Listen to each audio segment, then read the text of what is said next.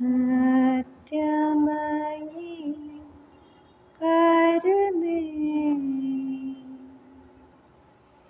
सत्यमयी परमे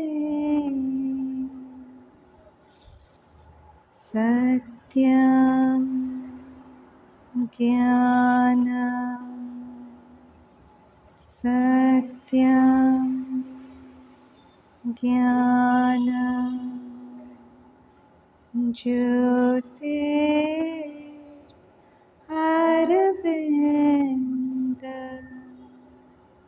सत्यं ज्ञानं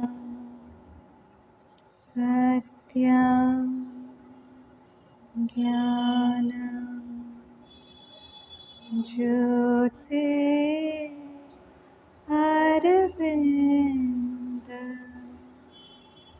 सत्यं ज्ञानं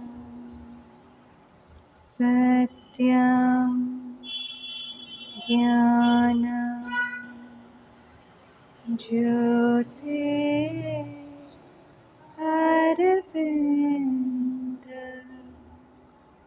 ज्योतिररविन्द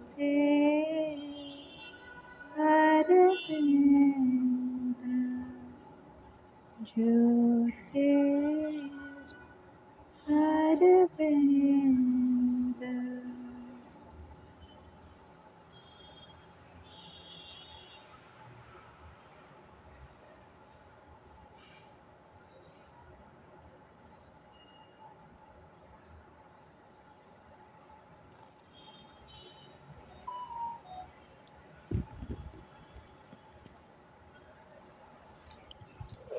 So the title of our talk is All Life is Yoga.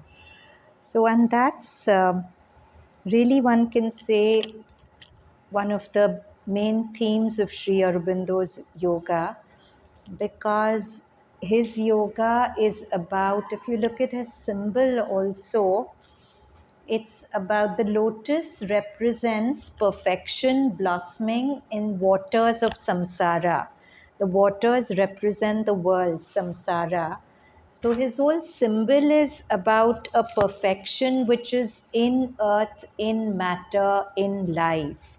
So it's not so much about achieving experiences and siddhis, it's about changing your nature, the way you live life, the way you do everything. That is his yoga. So we've just picked out some guidances in the mother's words about how to make all life yoga. So the first title here is Offering Up Wrong Movements. So somewhere our conditioning is that we have to feel holy and beautiful and nice when we meditate. But the rest of the time, whatever rubbish goes on in our head, it's normal and it should be allowed. I mean, we don't say that, but normally we condone all the nonsense that goes on in our head in our normal state of living. But mother says that's what needs to change. Your whole thought process, your emotional process. Uh, in fact, yoga is about every thought you think, every emotion you feel, every gesture you do. All that has to be part of yoga. And we all know that we all have this dichotomy of the higher nature and the lower nature. The higher nature is what sometimes comes forward when we are in Pandi, after a good yoga class, whatever. We feel different, we feel wide, we feel compassionate, we feel peaceful. But very often, the lower nature takes hold when we feel ordinary, we feel petty, we feel small. And we are both this. But the whole point of Sri Aurobindo's yoga is to use the leverage of the higher nature to pull up the lower nature. That's his whole thrust. He says, anchor in your highest and use it as a leverage to transform the lowest, right down to the abyss, right down to the weakest parts of you. So, Mother's written some beautiful words of how to offer up wrong movements. Mother's words. What would we call wrong movements, first of all? What are wrong movements in our nature? Movements of the ego which would make me feel like making other people wrong, proving I'm right, wanting to be better than the rest, wanting things at the expense of others. All this where I put myself forward to the exclusion of others, jealousy, pettiness, all this belongs to the field of the lower nature. So, Mother says instead of driving the wrong movements underground, it is to be offered. It is to place the thing, the movement itself, to project it into the light. What does this mean? It is to be offered. Offered to who? Offered to what? To the divine. It is to be offered. You know, somewhere we feel it's too simplistic to think that I've had a nature for all my life and just by telling mother change it, it will change. Somewhere we don't believe, some of us at least, that it can really happen. But really, we are in an age where this is not only possible, but it's easy. And if you ever made experiments with this, things that are so sticky in your nature and you feel like it looks like it'll never change. But every time it comes up, just a prayer to the mother, that mother, I've seen it, you see it, you take it, you do what needs to be done, and actually to hold that movement and feel her presence in your heart and offer it to her. And you'll actually feel a movement. Sometimes it can happen that if it's lodged in some part of your body and you offer it to the mother, you'll feel mother's light coming straight at that part. Or you're offering it to her and suddenly you'll feel a pain in some part of your body as if mother's showing you that here's where it's lodged. It may not happen for everyone, but I'm saying her action is so instantaneous if you really offer it to her. And if you do it constantly, you'll be amazed. Uh, don't listen to your mind when it says it's too childish and too simplistic. I have to go into therapy, I have to do this, I have to do that. This is the best therapy you can ever have if you use it correctly and if you're sincere in your will to change. And not for big things, every little thing that comes up which you know is taking you away from your truth, every little thing must be offered to the mother. So in Patanjali's Yoga Sutras, he talks about two kinds of chitta vrittis or thought waves. Klishta chitta vrittis, which are pain giving thought waves, and aklishta, which are not pain giving. And according to Patanjali, any vritti which takes you away from your truth is a klishta vritti. It's a pain-giving vritti. Like a thought of, very good, I put him in his place. For the moment, it gives you pleasure, it gives you an ego kick. But in Patanjali's definition, it's klishta because it's giving you pain. It's taking you away from your source of oneness. It's making you feel separate from that person. So lots of things which you feel are legitimate, as you keep doing yoga, you'll feel they are very illegitimate. Lots of things which were native to you and you felt it has to be like that, it's natural to be like that. As you'll keep doing yoga, you won't feel natural with them. You'll feel a discomfort feeling them. So any discomfort you feel, don't ignore it. Immediately offer it to mother that this is yours, please help me. It's as simple as that. And that's what mother calls the sunlit path. She's made the whole thing so very simple. So mother says, instead of driving the wrong movements underground, it is to be offered. It is to place the thing, the movement itself, to project it into the light. If we can project our sensation or our activity or our perception into that light, that will bring the cure. Instead of suppressing or rejecting it as something to be destroyed, it cannot be destroyed. It has to be projected into the light. Instead of seeking to throw away far from oneself certain things which one does not accept and which produces an imbalance in the being, instead of doing that to accept them, take them as part of oneself, and Mother opens her hands, offer them up. They do not want to be offered, but there is a way of compelling them. The resistance is diminished in the proportion as we can diminish in our sense of disapprobation. Disapprobation is disappointment. So we don't have to feel disappointment in ourselves. We have to accept that, yeah, it's come. And without judging it, we just have to offer it to the Mother. If we can replace this sense of disappointment by a higher understanding, then we succeed. It is much more easy. How many of us are very quick to judge ourselves negatively? Yeah? So, I'm not making a blanket statement, but the quicker we are to judge ourselves, we are as quick to judge others. Because it's that same nature which judges a movement in me, which will judge a movement in somebody else. So if I want to be non judgmental towards others, the first thing I need to do is to be non judgmental towards myself. To and for that I have to totally remove the samskar of guilt from my consciousness, because Mother has said that of all emotions, the one which is most corrosive to your progress is guilt. That doesn't mean we shouldn't have a conscience. If we've done something wrong, we must acknowledge it to ourselves, to Mother, and put a will that I'm never going to repeat this again. And let me look into what in my nature made me make that mistake and offer that part of my nature to light.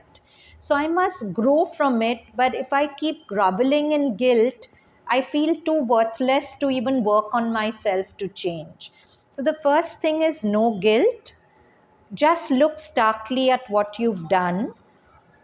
Have a will to change it. Just know that you can change anything in you. And that's what life is about. So all Mother says, always look at what you want to be. Don't keep giving power to negativity. It's there, you've acknowledged it. Don't sweep it under the blanket. But don't keep thinking about it. Think of what you want to be. That's the more positive way. So, first thing is, I don't judge myself for it. I acknowledge, yes, I made this mistake, or this movement which is out of place has arisen in me, but I want to be free of it. And I offer it to Mother. It's as simple as that. But that whole narrative, how stupid I am, again I did this, it's a waste of time. Nobody needs it. And you don't need it for sure. So, in fact, if you have a strong tendency towards that narrative, you should offer that narrative also to the Mother.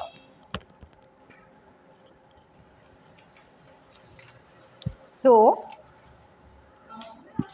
yeah. What is it that makes one think that what one did is wrong? Because we are truth, right? The Anandmayi, Chaitanyamayi, Satyamayi chant we started with, it's not only for the Mother, it's for each one of us. It refers to that part of us which is the Mother. We are the being of truth, Satyamayi. But if we can see it already, then why don't we just do that No, instead no, of doing no. the wrong thing? So that is veiled by our outer being, right? So when the outer being does something that's not in resonance with my truth, it gives me a feeling of discomfort. I don't feel comfortable with No, it. but what I'm saying is, if you are resonating with your inner being enough to know that something is not okay, then why doesn't the inner being just come forth in the first place? Because it's not active enough. For most of us, the inner being is there. But till the it's like the inner being is the musician, the outer being is the piano. The musician may be perfect, but if the piano is very rusty, even if the musician tries, he won't make the best music. But if the outer being gets transformed, if the piano gets repaired and transformed, then the musician can really make beautiful music with it.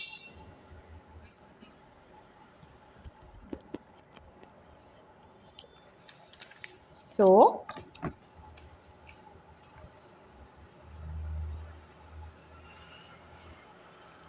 to see oneself as one is.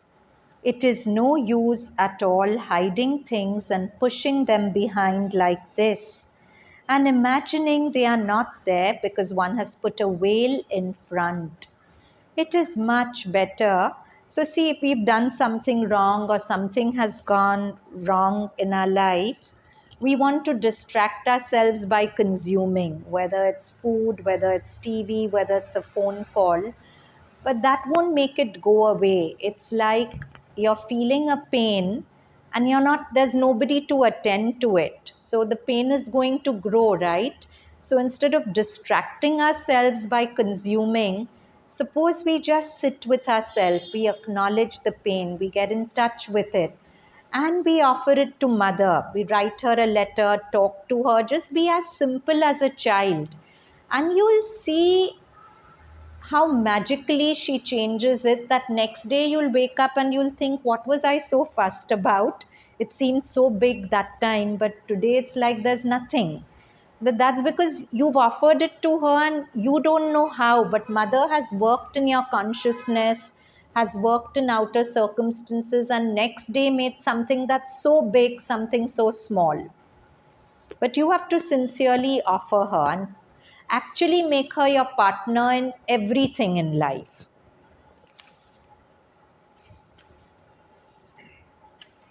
So it is no use at all hiding things, pushing them behind like this, and imagining they are not there because one has put a veil in front. It is much better to see oneself as one is, provided one is ready to give up this way of being. If you come, allowing all the bad movements to rise to the surface, to show themselves, if you offer them, if you say, well, this is how I am, and if at the same time you have the aspiration to be different, then this second of presence is extremely useful. You can. So, what is required? One is clarity to see that this is a wrong movement in my consciousness which has come up, and two, an aspiration that I want to be free of it. I don't want to spend my whole life with this. So, if said, she says that if both these come up and you offer, then without your knowing it, over a period of time, your whole nature can change.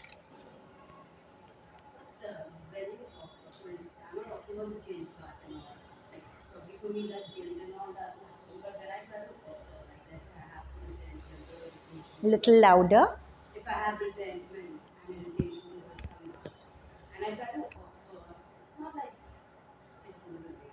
You know, Mansi, it depends whether you really want it to go away. See, there are two things. When you have resentment, you want the person to be fixed, or you want yourself to be fixed. Which do you want to be fixed more? Okay, because if you're more stuck to I want the person to be fixed, you're aspiring for the resentment to go away with words, but actually you're telling mother, please change this person. Actually, the vibration that you carry is you want that person to be changed. And mother listens more, universe is always more responsive to vibrations than words, right? But if your inner vibration is really that, let the person be whatever, he's your lookout, but I don't want to feel this resentment, you free me of the resentment. And if you're really sincere with it, and every time the resentment comes, you see mother in your heart and you offer it to her, there's no way it can't change, Mansi. I'm telling you this from experience. I write it down. If you do it sincerely and you bring her into it, there's no way it won't change. And it won't change instantaneously, but if you've offered it to her over a period of time, the Maheshwari aspect of her, the wisdom aspect of her will work on giving you different perspectives. You'll have a higher understanding. See, you'll keep resenting till you see a small bit.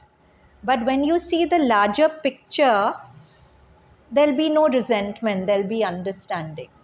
So, as you keep offering it to her, she'll widen your vision. So, eventually, the same person you're feeling resentment for, you'll start feeling compassion for, because she'll show you so many different aspects of that person. Or she won't, but you just won't feel resentful. In each one, she works in different ways.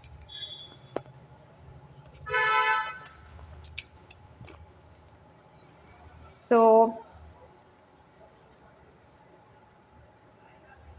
yes, in a few seconds, receive the help you need to get rid of them. While if you come like a saint and go away content without having received anything, it's not very useful. So, mother's probably referring to darshans.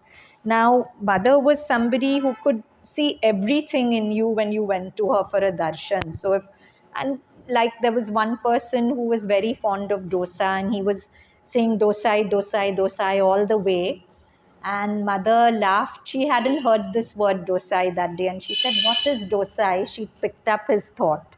So, like that, people were conscious that they couldn't hide anything from her. So, whenever they had a negative movement inside them and they had to go and see her, they'd work very hard pushing that thing out of their head. And mother used to say, "That's useless. In fact, show me all the wrong movements in you. That's what darshan is for." Because if they are sincerely offered to my gaze and I don't judge anything, we know she can't judge. That's what she says, that the divine looks at humanity very differently from the way you look at people. Because we know the divine knows everything, it knows why every person is the way they are. So, because we know we have infinite compassion, we can't judge. So, don't fear our judgment and hide. In fact, candidly show us everything in yourself. Like there was one story of this sadhak who'd done something very wrong and he didn't want mother to know. So every time he'd go to her for darshan, he'd work very hard pushing it out of his mind. And the mother would be all smiles and loving, and he thought he'd succeeded in fooling her. But one day he broke down. He told her that, "Mother, this has happened so long back, and you know." So mother said, "But you think I didn't know? I saw it the first day you came. That day it was peeping at me right from over your shoulder. But I was waiting for you to be ready to tell me." So anyway, we can't hide. So that's what she's saying over here. While if you come like a little saint and go away content without having received anything, it's not very useful. Automatically, the consciousness acts like that. It is like the ray that brings light where there wasn't any. Only what is needed is to be in a state where one wants to give up the thing, to get rid of it, not to cling to it and to keep it. Very often, why do we cling to certain negative ways of being? Why are we almost afraid of letting them go? They are not only the source of our pleasure, they are the source of our security. Like a person who's very jealous and possessive, that person thinks being jealous and possessive about that person is her security. If she lets go of that, she'll lose the person. Right? I'm giving you one example. But lots of things we feel, we cling to them because we have the illusion that I'm safe if I have them. But we all know that whatever we cling to slips out of our hands as we are holding on to it. Life takes away everything eventually, no? It's a known fact.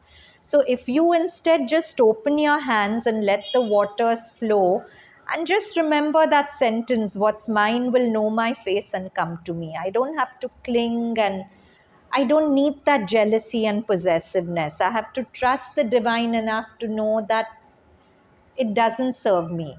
It's not really helping me secure anything in life. In fact, It's corroding me, it's corroding the environment, it's corroding my relationships. So then that's what mother says here. Yeah. Isn't that also part of our journey? Of course it is. Till you reach a point where you feel, I don't want it anymore. Till you want it, you have it. But when you're ready to give it away, that's when this whole conversation applies. Till I'm not ready to give it, even my not being ready to give it is also a part of it. It's a part of the journey, Anjan, till it makes you really uncomfortable. As the truth in you grows more, you'll be less and less tolerant of these negativities in the outer being. If this is dormant, you're okay being with all these movements. But as this grows more, you get tortured by these movements. That's when you know that you need to work with them.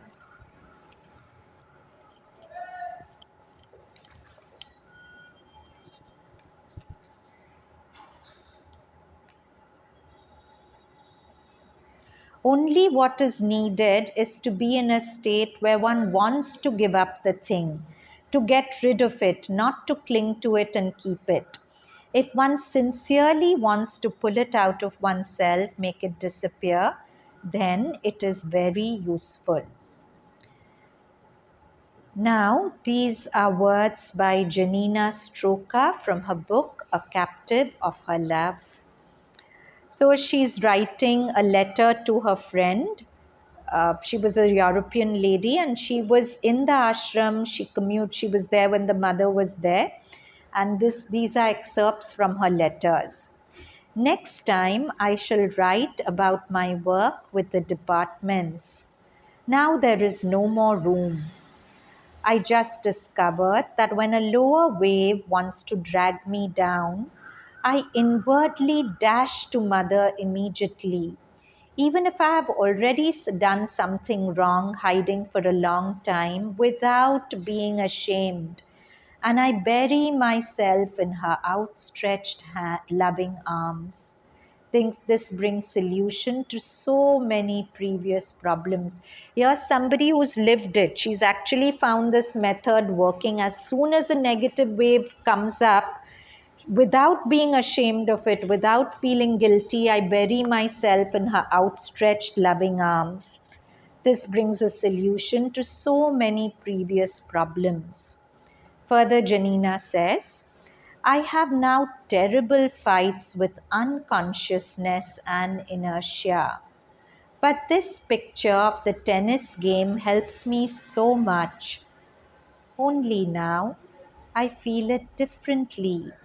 My partner, her partner, she means mother, stretches herself into a sea of grace into which I throw back the ball. So you play tennis with a partner, right? But her partner, the mother, is a sea of grace, and that sea of grace is playing ball with her.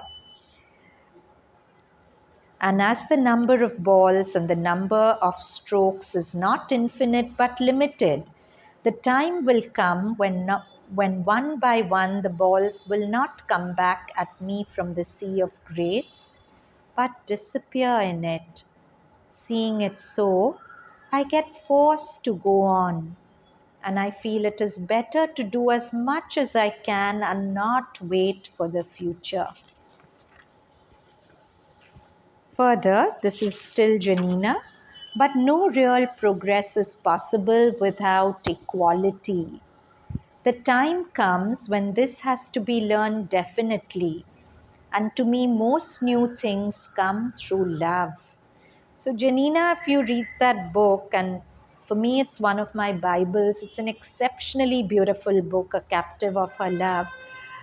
You see that all her progress is through self giving and love for the mother. That's why she says, and actually, when Janina left her body, the mother was there. And if I'm remembering correctly, the mother said something to the effect that.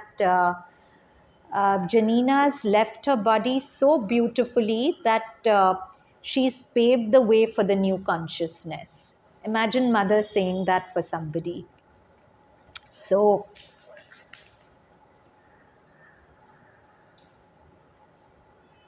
so she says, no real progress is possible without equality. And for her, everything comes through love. So it is not real love for the divine if it is still without equality. Why is she saying that? It is not real love for the divine if it's still without equality. What has equality got to do with love for the divine?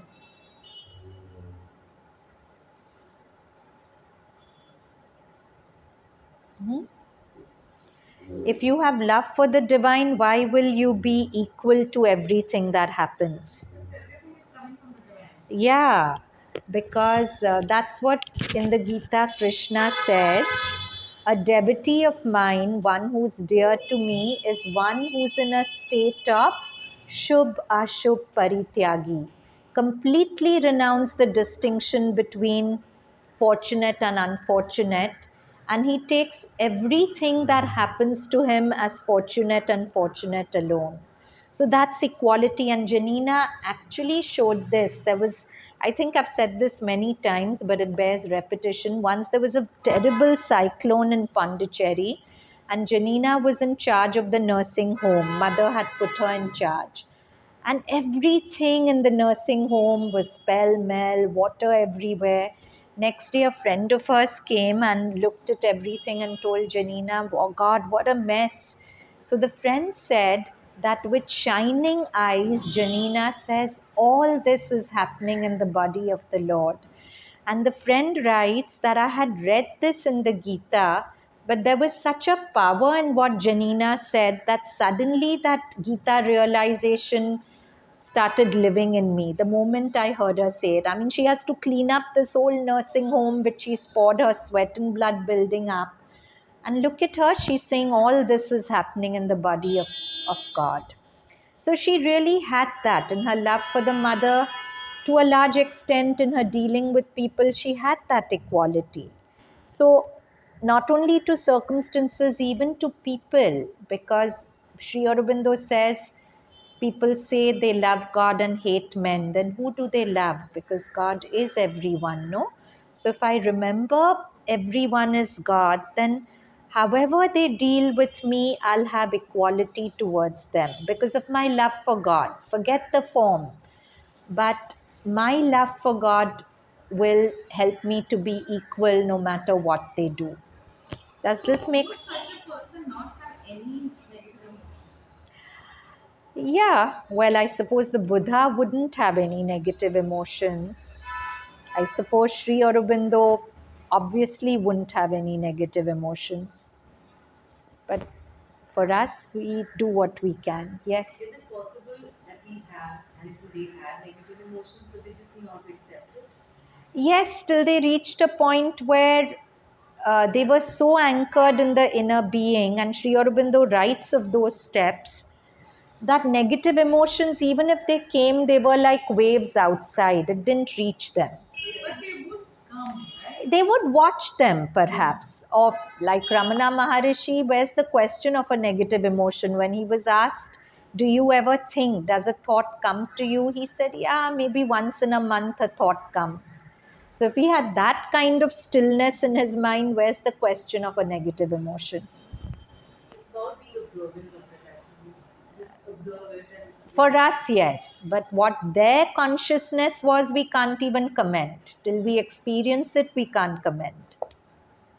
We keep saying this line from the Savitri that whether it seems good or evil to man's eye, only for the good that the secret will kept. So, and Gita is saying Shubh, Ashubh, Parityag. Both Yeah. have to be good. So, why this emphasis on that it is good only for? No, no, no, no, Anjan. Here, this you understand what Gita is saying. Gita is saying that my devotee is one who has given up the distinction between Shubh and Ashubh. He has not given up good and bad. He has given up the distinction. So everything is good for him. So he's living this thing that only for good the secret will can work. Yeah? Isn't good also somewhere Shubh? Yeah, so he has given up the distinction between good and bad and he accepts everything that happens to him as good only.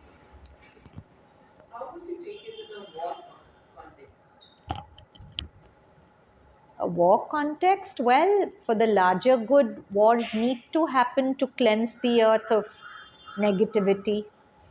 I mean, let's not talk hypothetically. If we go to war, then whatever. I'm not talking hypothetically. Say, for example, right now there's, two sides are fighting. Yeah, yeah. So, what would you think I of? would not take sides. I would just offer the whole war to mother. It's anyway hers, but the more you offer to her, the more her force acts on earth and changes. But isn't it also very true? I mean, when you're a citizen of the world, and then you have to, you can see right and wrong. But your So right not and knowing what wrong is right and what is wrong But is your right and wrong is very limited, Ira, as everyone else's is. See, first of all, in these situations, we read one, two headlines, one, two things, and we, firstly, to even try to say right and wrong, we should do huge amount of research, which very few of us do. And even if you do the research, there'll still be large pockets which you won't know about.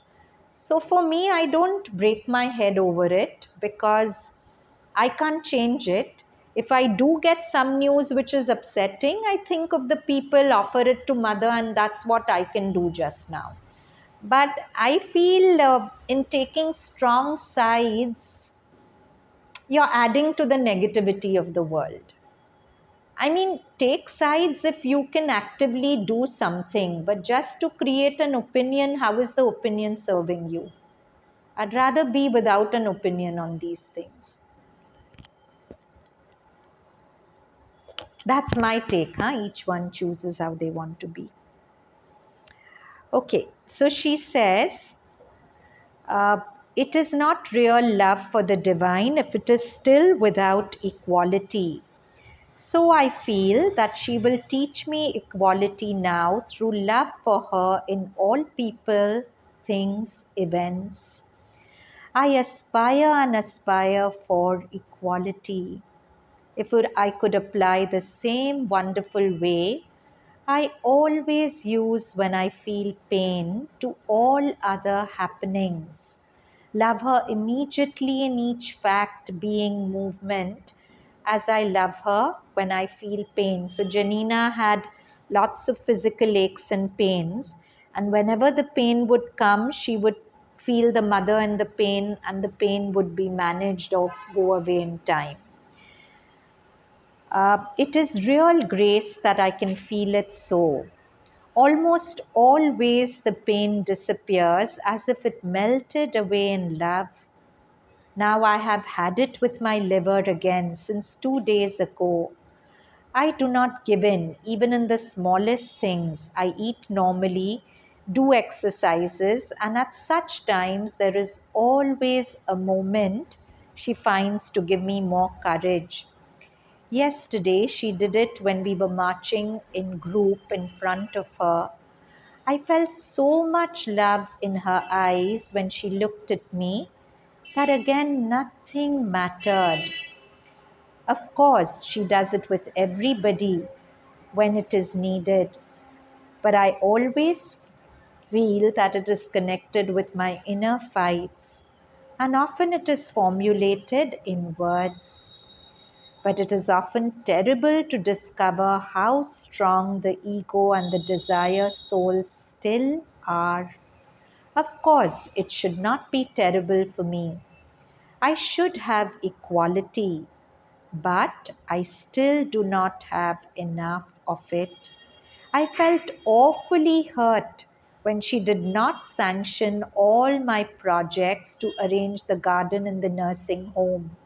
And this upset me. So, mother was in her body, she didn't sanction. Janina was upset.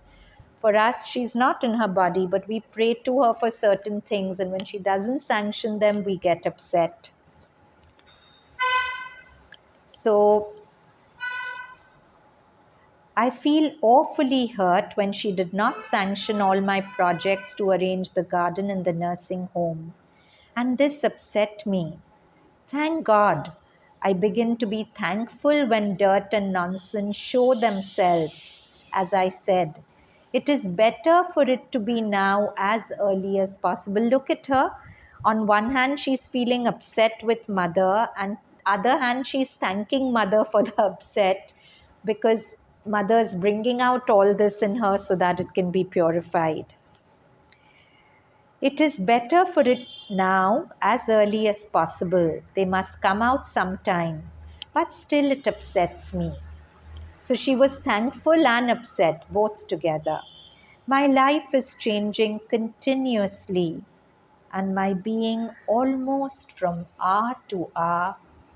As she is the most holy who has descended here, I am just living and acting in a temple all the time. In Pondicherry, she felt she was living and acting in a temple all the time. All life is yoga. What was before, as if, is now the beginning of reality.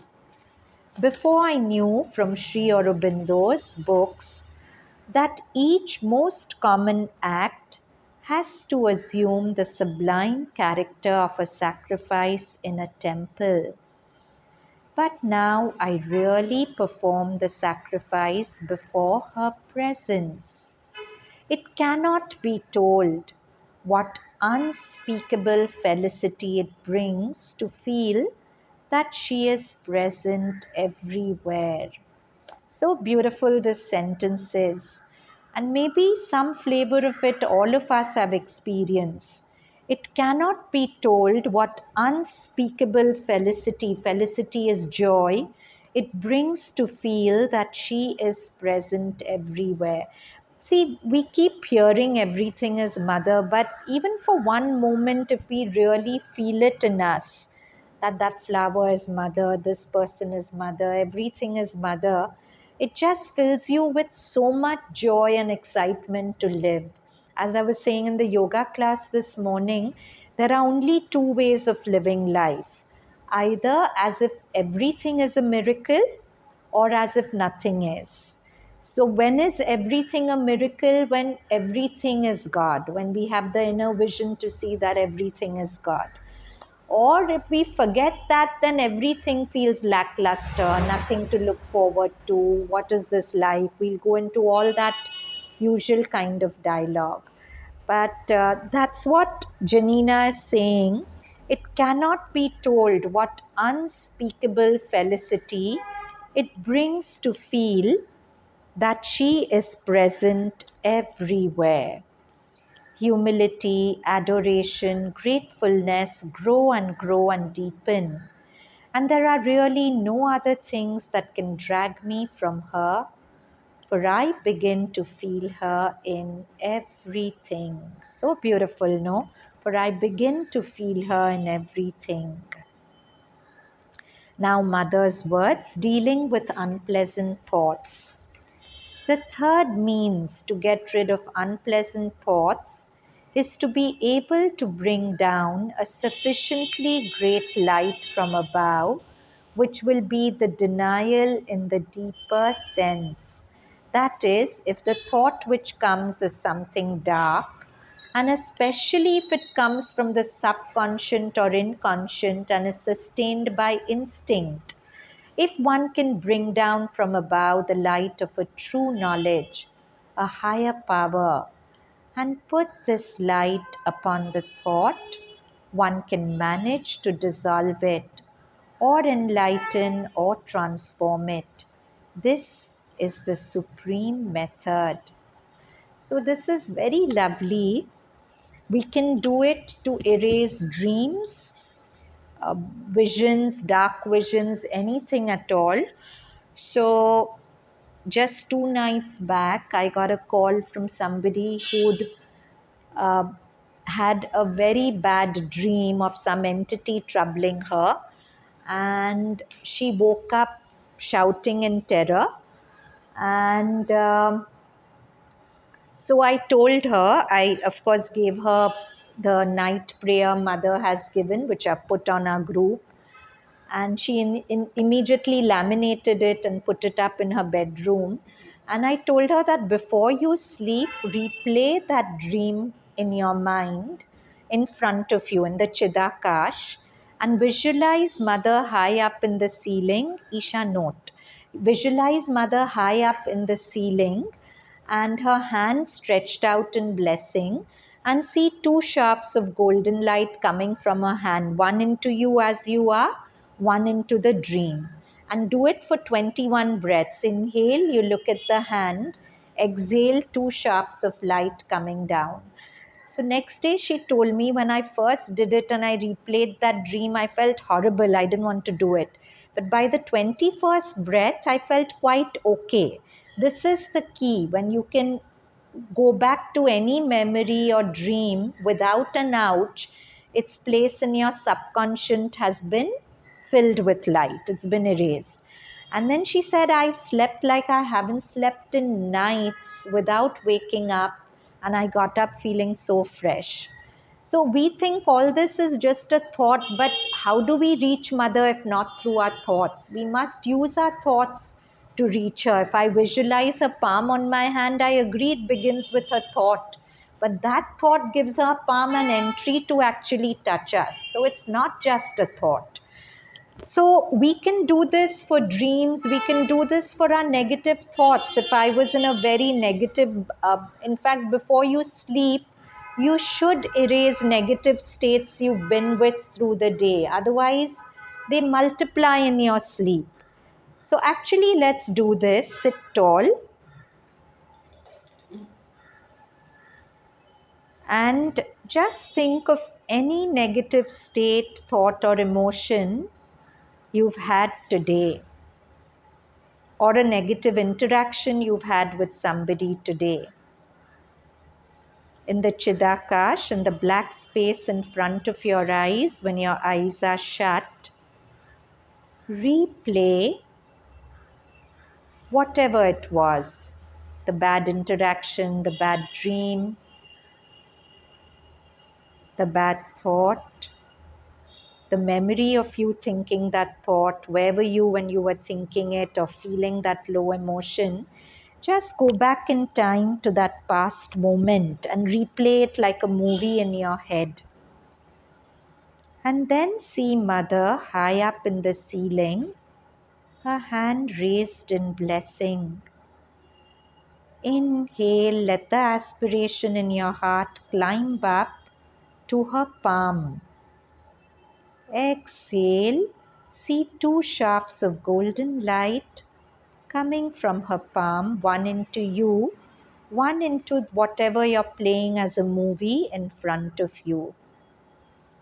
Inhalation again, climb from your heart to the palm.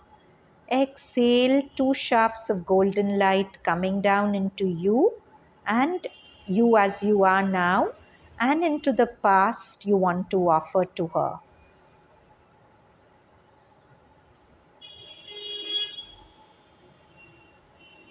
Or if it's not the past and you're feeling something not so nice in the present, just offer that also to her. Then you don't have two golden lights, you have just one light coming into you as you are now. With that aspiration, that Mother, I'm giving this to you. Change this movement in me. And do it with full faith that if you're saying it, she's listening. If we do it with a skepticism as if, how can it be so simple, it can't really change, then it won't happen. The stronger your faith is, the more Mother's light works.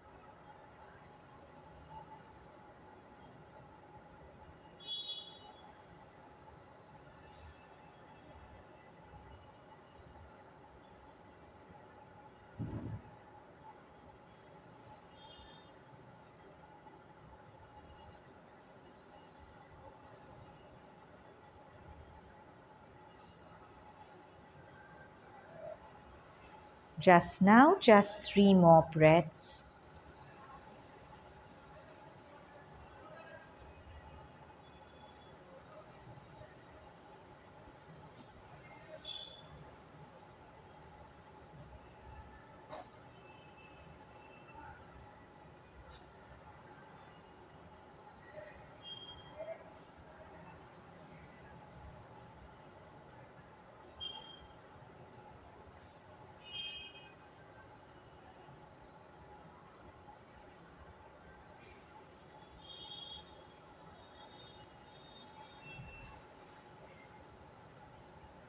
And then slowly open your eyes.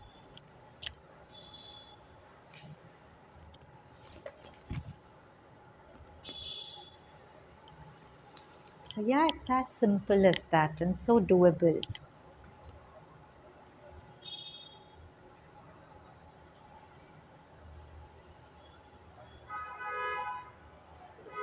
So repeating what mother says, the third means to get rid of unpleasant thoughts is to be able to bring down a sufficiently great light from above, which will be the denial in the deeper sense, the denial, the rejection of the wrong movement. That is, if the thought which comes is something dark, and especially if it comes with the subconscious or inconscient and is sustained by instinct, if one can bring down from above the light of a true knowledge, a higher power, and put that light upon the thought, one can manage to dissolve it or enlighten or transform it. This is the supreme method. This is still a little more difficult, but it can be done if one does it. One is cured. Not only does the thought not come back, but the very cause is removed. Do you think it's doable? Yeah, what mother suggests? So I think doable. this technique, Nani, Yes, yes, really a miracle. yes, yes, I second that. The first step is to think of something else. So, mother says one way when negative thoughts come is to think of something else. But this way, you know, it will definitely, indefinitely be repeated. You're not solving it. The second is to fight it, to say, go away. Third is to transform. What we just did was transforming it. When one has reached the third step, not only is one cured, but one has made a permanent progress.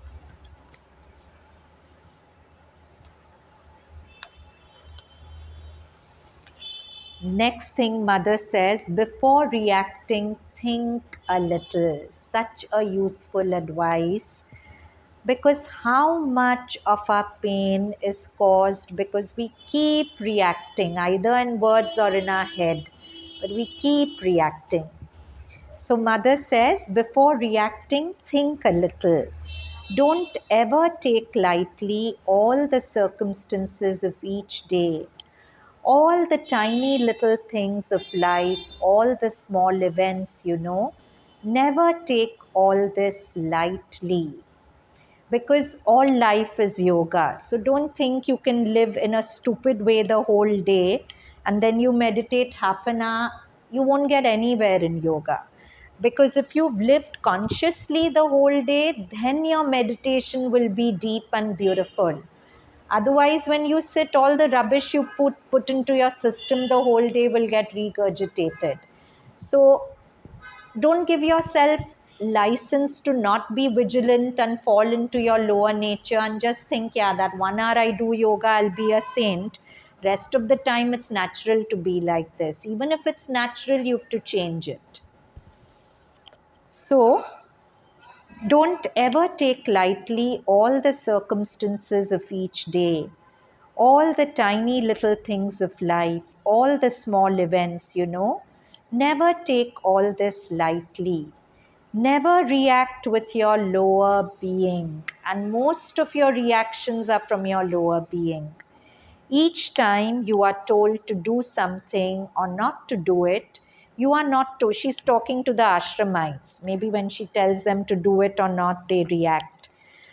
Each time you're told to do something or not do it, you are not told this very often. But each time you are told before reacting, think a little. Try to find in yourself the part which reacts. Do not react just like that with what is most commonplace in you. What is most natural to you? Don't react with that. Enter within yourself. Try to find the best in yourself. And with this, you must react, rather respond. then it's not a reaction, it's a response. When you come from a deeper layer of yourself, it is important. It is very important. There are people who mark time for years because they have not done this. So there's that common story of the difference between a reaction and a response. There were a group of people eating in a restaurant, and on the table they saw a cockroach. And all the people started yelling, "Cockroach, cockroach, cockroach." And one man, part of the table, just quietly took out his handkerchief, picked up the cockroach, and put it away. Now that's a response. The rest is a reaction. So, to give you another example, I was speaking to one of my friends who was having an issue with her house help, and her husband was on one side with one stance of the house help, she was on the other side. So for 2 days they were fighting over it, they were making themselves sick over it, and I didn't get into what was the issue. But when it got out of hand, I told her, "Please tell me what the issue is." So it was just something so small. So I said, "Do you realize your husband and you have been fighting over whether you're right or he's right? But the poor staff's issue you've not addressed only. You made it an ego tangle, but you've not addressed the real issue at hand." So it's such a waste of time. When you react, you'll just waste energies, but you won't find a solution. Response is something that helps you to find a solution to the problem, because when you're responding, you're looking for a solution. When you're reacting, you're acting from your ego and you're wanting to prove that your ego is right and their ego is wrong. I'm right, you're wrong. So that's a reaction.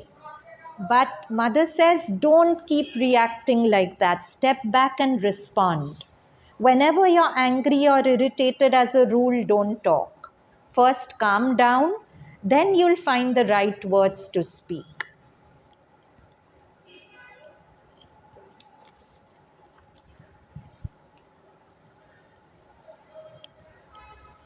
Never react with your lower being. Each time you're told to do something or not to do it, you are not told this very often, but each time you are told, before reacting, think a little. Try to find in yourself the part which reacts. Do not just react like that with what is most commonplace in you. Enter within yourself. Try to find the best in yourself. And with this, you must react. It is important, very important. There are people who mark time for years because they have not done this. Now, can you do this when you're meditating? I can have a very good meditative practice. I can be very quiet, feel very good. But as Mother says, meditation works on the inner being, but it doesn't work on transforming the outer being. If you want to transform the outer being, you have to be in a meditative, vigilant state every moment of your life and not just keep falling into your old way of being. That's where your outer being gets transformed. There are others who seem to fly. So fast do they go because they pay attention to this. And those who don't do that throw the blame always on the divine. They accuse the grace, and so naturally they make their case worse because they push away even the little help they could have had in their difficulty. There we are. So, first thing Mother says is working with negative thoughts. Second thing she says is think before reacting. Don't just have an impulsive knee-jerk reaction, whether it's in your thoughts or in your words. Third thing she said, meddling with others' affairs. This all of us do, no? We all want to give advice, change people, whatever. Now see what Mother says. It's very sobering. People are always giving each other advice. Do this, don't do that. I see. They have no idea how much confusion they create, how they increase confusion and disorder, and sometimes they impair the moral development of the individual. I, of the individual. So if I have a child and I keep telling that child, do this, don't do that, I'm conditioning morality into the child, but I'm not allowing the child to find his own truth. Don't ever take or sometimes I've seen that kids who come from a very strictly moral family, they are so fed up of that morality that they are the biggest rebels and they go in the extreme opposite direction. Where you're trying to make the child moral, you end up making it more immoral. Don't ever take lightly all the circumstances of each. No, this I read. Uh, yeah, they they impair the moral development of the individual. I consider that opinions are always dangerous and most often absolutely worthless. You should not meddle with other people's affairs unless, first of all, you are infinitely wiser than they are. Of course, one always thinks that one is wiser, but I mean it in an objective way and not according to your own opinion. If you really are assured that you know better than the person, only then give the advice. Unless you see further and better and are yourself above all passions, that is, you're not advising the person out of vested interest for yourself. You do this so that I can be happier. Often our advice is like that. So it shouldn't be like that. It should be you yourself are above all passions, desires, and blind reactions. You must be above all these things yourself to have the right to intervene in someone else's life, even when he asks you to do so. And when he does not, it is simply meddling with something which is not your business. To intervene, you must be sure that you are right. You must be sure that your vision of things is superior, preferable, or truer than the vision of the other person or people. The point is, when we give our advice, we are always sure. But later on in hindsight, we realize that maybe we weren't all that right. Then it is always wiser not to intervene. People intervene without rhyme or reason simply because they are in the habit of giving their opinion to others. Even when you have the vision of true things, it is very rarely wise to intervene. It only becomes indispensable when someone wants to do something which will naturally lead to a catastrophe. If you're seeing that somebody is heading for a disaster and you love the person, okay, then you intervene. Even then, intervention is not always very effective. In fact, intervention is justified only when you're absolutely sure that you have the vision of truth. Not only that, but also a clear vision of the consequences. To intervene in someone else's actions, you must be a prophet, and a prophet with total goodness and compassion. One must even have the vision of the consequences that the intervention will have in the destiny of the other person.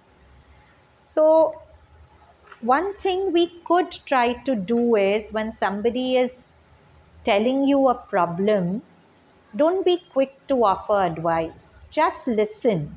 Sometimes the person just wants to be heard. If the person asks you, what do you think? Then say whatever you can from your highest wisdom. But it's very annoying for a person who's telling you the problem and you keep interrupting and saying, do this, do that, you should do this. Because really, when a person's in pain, the person just wants to be heard, doesn't want solutions, doesn't want advice. And therefore, the Dalai Lama gave such a beautiful definition of compassion. He says to pay bare attention to a person is an act of love and compassion. To just give attention to the person. Because when you're giving attention, you're forgetting yourself. When you want to give your opinion, it's again I, me, myself. And to the extent to which you disappear, love arises. The more you're I, to that extent you cannot love. Hmm? So I think we'll stop here. We'll do rest of the PDF next time. And does anyone want to share anything, ask anything? There is also this question when there's a lot of pain, when a person is expressing himself and there is a lot of pain, it's sometimes very difficult to deal with that pain because of our own response to that pain, our own reactions, our own pain is such a subject that listening to someone else's pain will bring up your own. Yeah, so Purvi, if we haven't worked with partnering our own pain, we cannot take the suffering of others, because in our mind, pain is bad, whether in myself or in the other. But if I've worked with myself, if I can be okay with my pain, if I can learn to accept and partner my own pain, to that extent, I'll have the power to be with that person's pain and of course stay connected to my heart, stay connected to the knowing that yeah, I know this person's really suffering, but something good will come from it. Like I give you that example which Partho had given, that if there's a mother who's enlightened and she sees her child really struggling with a maths problem, uh, and he's burning the midnight oil, not sleeping, just trying to solve it. And she knows that that struggle will make him win the math Olympiad. She'll feel happy in his struggle. She'll give him milk, she'll support him, but she won't say, don't struggle, because she knows it's going to lead to something. So if we always remember that whether it seemed good or evil to man's eyes, only for good the secret will can work, we'll have the strength to hold the person who's suffering, know that something good will come out of it, and have the power to be with that person. But if we don't have the capacity to really deal with our own pain, we cannot deal with somebody else's pain either. So what do you do at that point? No, so you have to do a lot of work in dealing with your own pain first.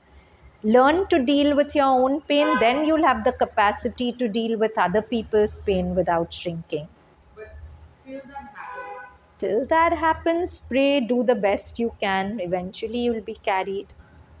It's not, see, Purvi, when things go wrong, there's no quick fix. Only if you worked on yourself in the past, that you'll reap the fruit of it when the difficult moment if the comes. situation is such that Then call mother, do the best you can. Yeah, any other questions? Chalo, so let's end with 3 ohms.